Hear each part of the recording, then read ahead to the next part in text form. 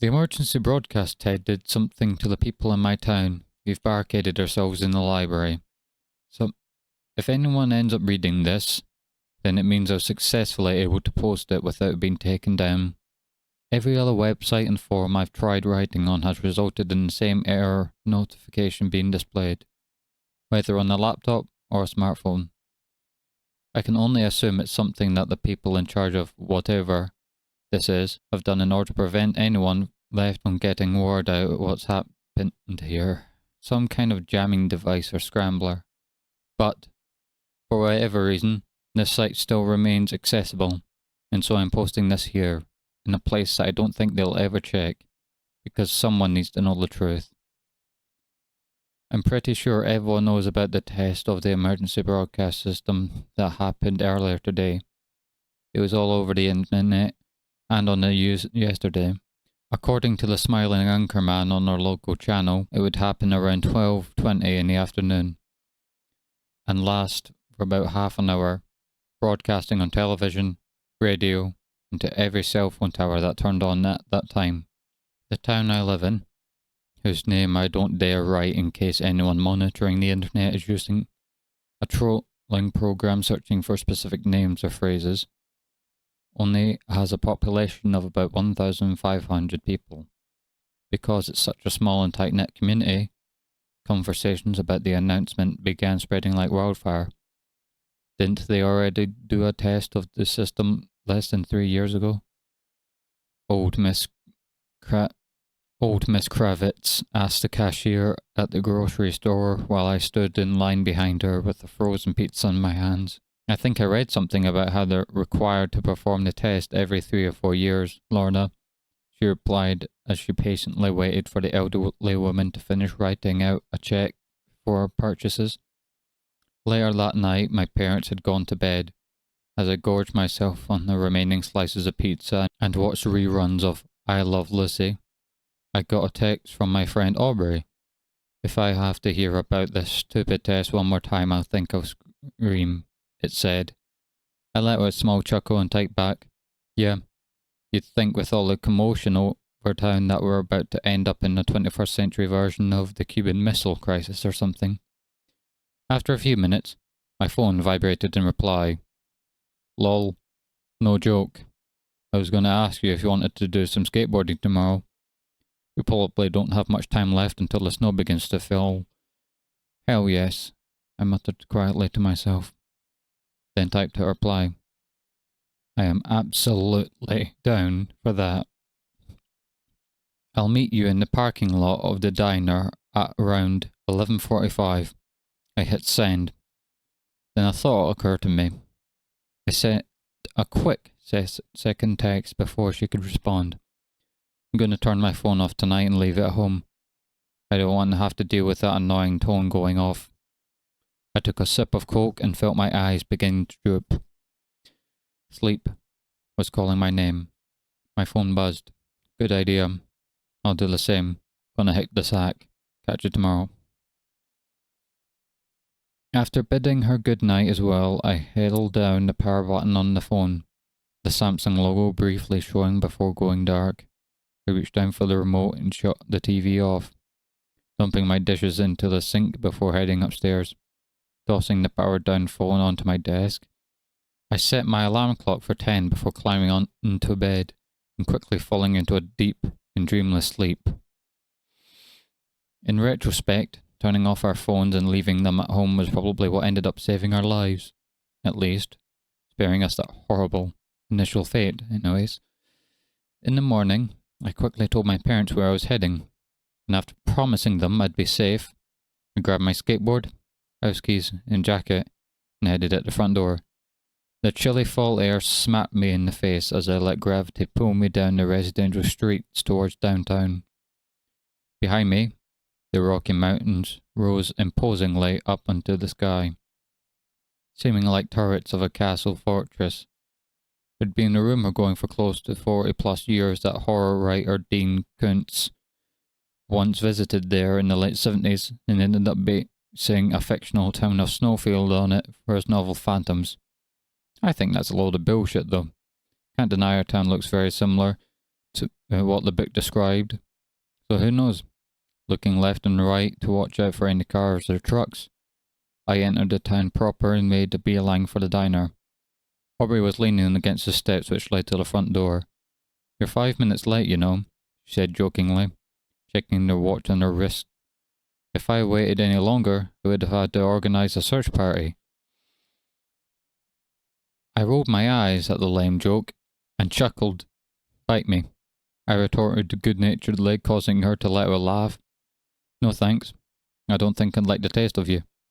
This time a full-blown laugh burst out of me, which set her off more. After a few seconds, we got control of ourselves again and straightened up.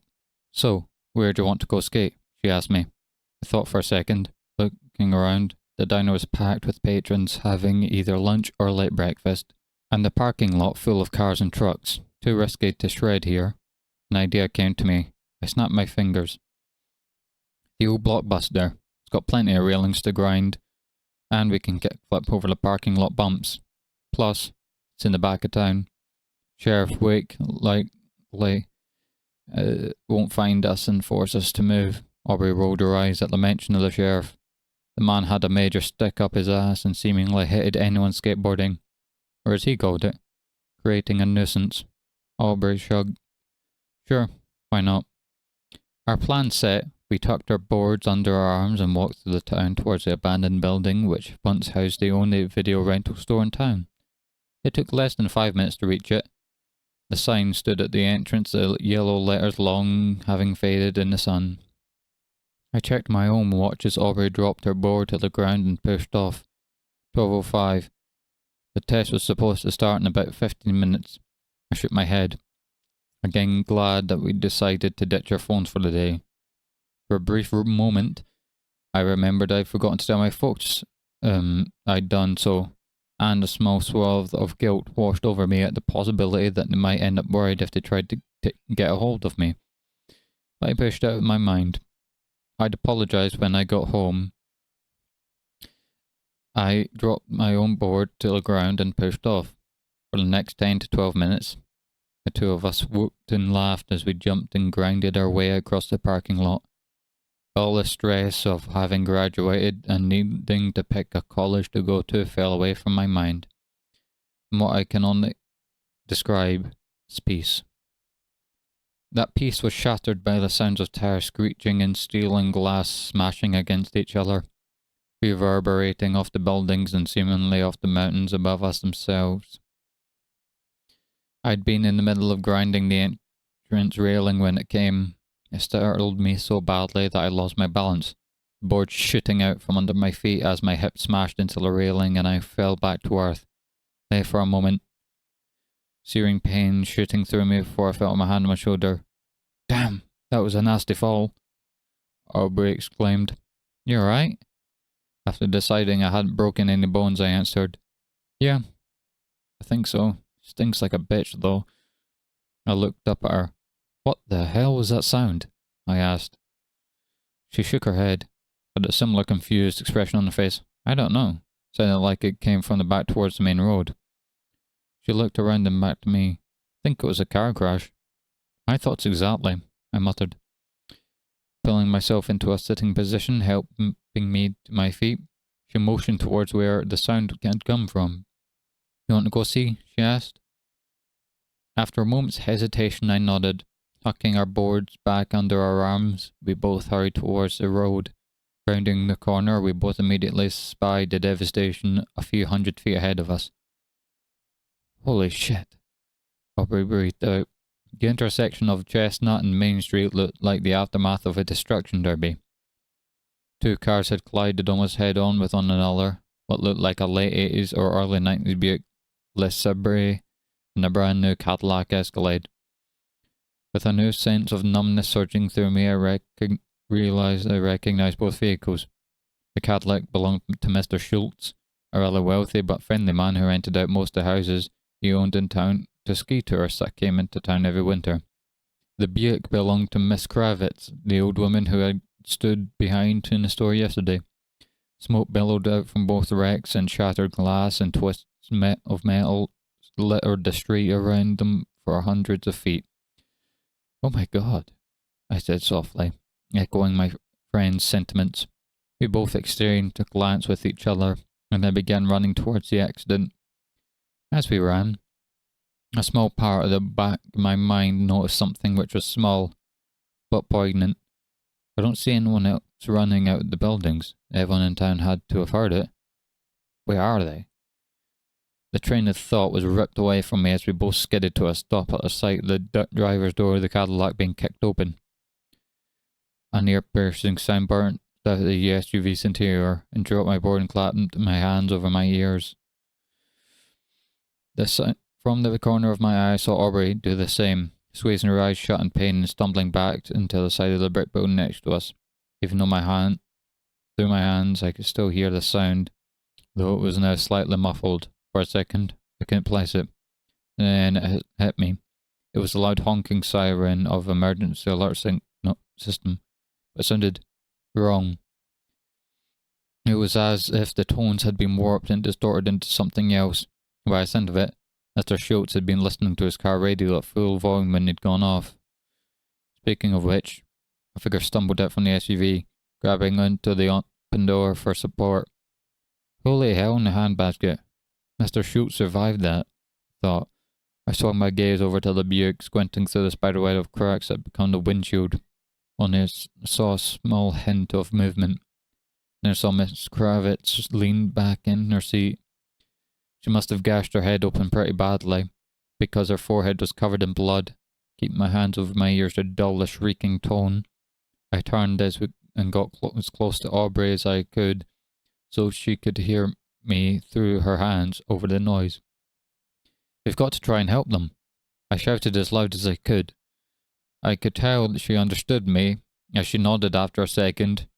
She looked back towards the wreck, and a look flashed across her face. I can still remember perfectly. First confusion, and then a clear expression of renewed horror. I felt a shiver shoot up my spine and spun back around to look at what she'd seen. I truly wish I hadn't. Mr. Schultz was no longer next to his car. Instead, he'd ran around to the driver's side of the Buick for a split second. I thought to help her, until the screaming began. I didn't realize that an elderly woman could scream so high and shrill the busted windshield prevented me from seeing exactly what Mr. Schultz was doing to Miss Kravitz.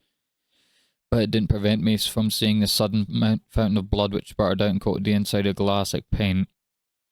The sight shocked me so much that I shook my hands away from my ear to clamp them over my mouth to keep me from screaming.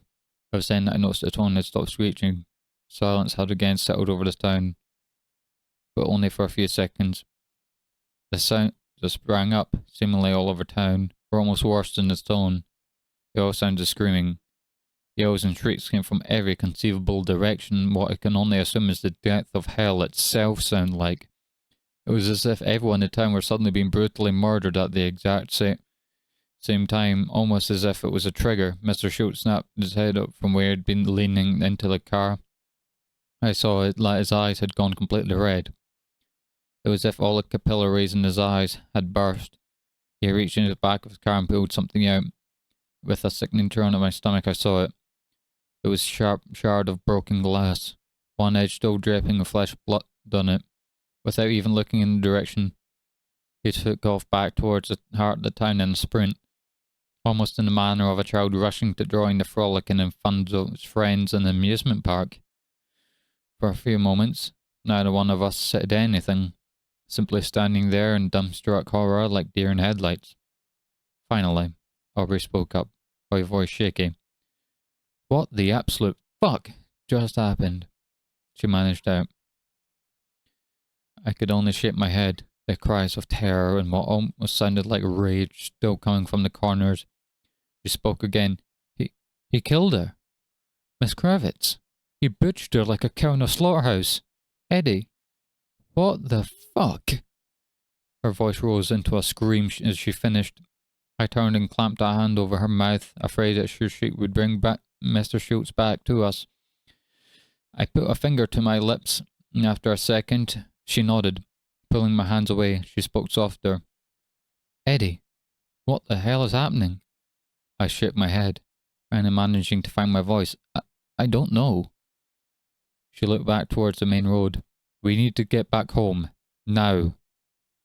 I nodded. Agreed. We can't blindly out into the main road, not with a gesture towards the hellish sound coming from the direction we need to go. Whatever the hell is happening going on. A look of realization crossed her face. The alleyways, she explained, caused me to remember the maze of alleys that crisscrossed between the main street buildings. Alright, but first, let's see exactly what the hell is going on.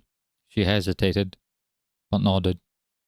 Motioning me to be quiet, I led the way to the corner of the building on one side of the intersection. Just let me look around the corner quickly, I whispered, again, as she nodded silently, taking a deep breath. I peered around the corner onto the main street. If I hadn't already been in shock, I don't think I would have been able to keep from screaming at the grisly sight that awaited me. It was like a scene out of a horror movie. People were dashing around from building to building, clutching all sorts of things, crutches, kitchen knives. There was even one man wielding what looked like an old sword which had been hung inside the antique shop.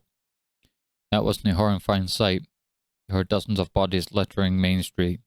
It seemed people had dashed out everywhere, the diner, grocery, and hardware store and more. Blood pooled around their still forms, still others, some holding their arms or stomachs to stop the bleeding, or attempting to run away from those wielding weapons. They didn't make it very far, though, as they were overwhelmed by the others. They all shouted and screamed in what sounded like total and complete rage as we chased them down. Fuck me, was all I could whisper out. I pulled my head back, as the look on my face must have told Aubrey all she needed to know. Her face was pale as a sheet. That bad? She asked. I just nodded. I could see through the cogs turning in her head. Okay, we stick to the plan. We use the alleys, get through downtown, and get back to our houses. I felt a wave of gratitude pass over me. She was managing to hold her composure better than I could have hoped for. I nodded, and following her, we slipped into the gloomy shade of the alley that ran behind the buildings onto the right side of the street. We made our way carefully through them, making sure not to attract any attention from the hell still erupting in main drag. But we saw little glimpses every time we reached a T-junction. We both saw people we'd known all our lives inflicting violence upon each other, king and vile. I can't bring myself to write it down. I would lose all what little sanity remains in my head if I did. We made it back into the parking lot of the diner we'd initially met up in and stopped to wait. The sound of gunshots blasting out caused us both to freeze and duck back into the tide. Not a moment too soon either, because we saw the sheriff's Ford Explorer fly down the road. Sheriff Wake was leaning out the window using one hand to steer while firing his pistol with the other. I only saw his face for a moment, but it was enough to see the same crazed look there as the others had. The sound of the roaring engine faded, along with the gunshots, after a few seconds, but we could still hear the screeching tires echoing all over the other chaos. Aubrey turned to look at me, an almost hopeless look on her face. Eddie, what the hell do we do? She asked weakly. I knelt and thought hard and fast. We can't stay outside much longer. We stay out here, we're dead. We need to find shelter, at least for a little while. I spoke. We need to find a place to lie low for a little while until we know that we can make it safely back to the other side of town. Her face turned into a mask of panic. But what about our parents? I felt knot tights over my stomach. The thought of my mom and dad caught up in this hell without a way to get a hold of me, threatening to overwhelm me. But I kept as level-headed as I could. We're not going to be able to help them if we both end up like the others, I said calm as possible. There's so many people all over the place to avoid all the way back. We need to find some place not many people would have been at, and hunker down until we think it's safe enough to keep going. She looked like she wanted to argue, but nodded after a few moments. She looked at me. The library, she said simply. Not many people besides the adults go there anymore. It's right on the other side of this building. She pointed at the brick apartment that made up the far side of the alley. I nodded. Okay, let's wait a second, then go. She nodded, and after not seeing anyone for a minute, He began moving from car to car in the parking lot, using them as cover to reach the street. I looked towards the diner. The inside of the windows I could see were splashed in blood, evidence of the slaughter that must have taken place inside. I also noticed, with a vague air of surprise, that the ground in the diner's parking lot seemed to be littered with smartphones. The screens for many were still lit up, and as I stepped over one, I glanced down to see the notice flashing up at me. Test alert. This is a test of National Wireless Emergency Alert System. No action is needed. As I read it, a sound snapped my head back up. It was the sound of static from a radio, coming from a few cars up. Sharing a look of panic with Aubrey, and convinced the sound would draw unwanted attention away, we hurried down the line towards the sound. It was coming from a red YJ Wrangler, one which I recognized to belong to Mr. and Miss Nolt, two survivalists who'd lived farther up in the mountains, but came down into the town to buy supplies and sometimes eat at the diner. Scrambling to the passenger door, I yanked on the handle, playing for it to be unlocked. The door mercifully opened. With one last look around, I practically flew into the passenger seat. The crackling sound was coming from an old CB radio mounted under the dash. I reached out to shut it off. That was when the crackling sound changed to a smooth sound of a man's voice. Sir, all entrances and exits to the town have been cordoned off, and sentries placed to make sure no one enters or leaves. The satellite feed should be up in about 30 minutes, and the jammer will be up in 10. Another man's voice answered him. This one deep and authoritative. Very good, Deacons. RF Ultra Phase 1 is now a go. Maintain radio silence for the next 12 hours. The first voice spoke again. Roger that, sir. Over and out. And with that, the radio died, not even belting out static. I shot a look at the open door at Aubrey, who gave me a similar look of shock and confusion. Was this happening intentionally? Did someone cause this? I didn't stop to wonder beyond that, though.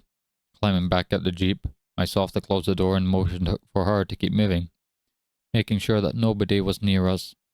Staged hunched over and made the mad dash for the library. That's where we've been ever since. We got inside and barricaded the front door with some benches which were inside the foyer, aside from, to our horror, the body of Miss Thatch, the librarian. It was thankfully empty. I went and found an old drop cloth in a closet and draped it over her. I couldn't stand to see what someone had done to the back of her skull with what looked like a pipe or wrench. The sounds of our fellow townsfolk slaughtering each other barely let up for the last few hours. As the sun began to set, slowly turned silent. I don't know whether it's because the carnage has stopped for now, or everyone who has gone insane is dead. I don't dare think about that, though. The idea that my parents, as well as Aubrey's, along with our friends, are either lying in a bloody pool somewhere or slinking through shadows looking for us is too much to bear. We still hear the roar of sheriff's cruiser roaming around downtown, though. After some thought, and with the night coming fast, we decided to stay here for the night. In the morning, if it's safe, we'll take down our barricade and try to make it back to the residential side of town. In the meantime, I tried both the landline telephone and the computers connected to the internet.